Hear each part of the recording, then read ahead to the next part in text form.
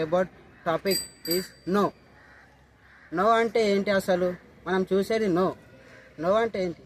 No అంటే ఒక అమ్మాయి ఒక అబ్బాయి విషయంలో ఉండేది నోనా? ఒక రిలేషన్లో ఉండేది నో. అన్నిట్లో నో నో నో నో అంటే దాని అర్థం ఏంటంటే ఒక అబ్బాయి ఒక అమ్మాయి విషయంలో ఉండేది నో. అంటే అమ్మాయి వచ్చి ఒక అబ్బాయికి ఐ లవ్ యూ చెప్పినా అమ్మాయి యాక్సెప్ట్ చేయకపోయినా నో, అబ్బాయి యాక్సెప్ట్ చేయకపోయినా నో.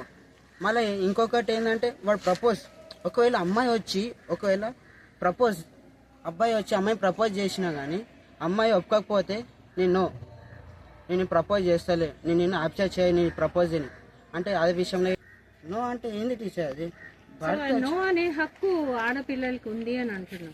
మగవాళ్ళకు ఉన్నది ఆడవాళ్ళకు ఉన్న టీచర్ ఉంది కదా. Not differences to be both teacher. Right, good, I agree with you. ఆడవాళ్ళు నో అన్నా మగవాళ్ళు ఆగాలి, మగవాళ్ళు నో అన్నా కూడా ఆడవాళ్ళు గౌరవించాలి. Very correct.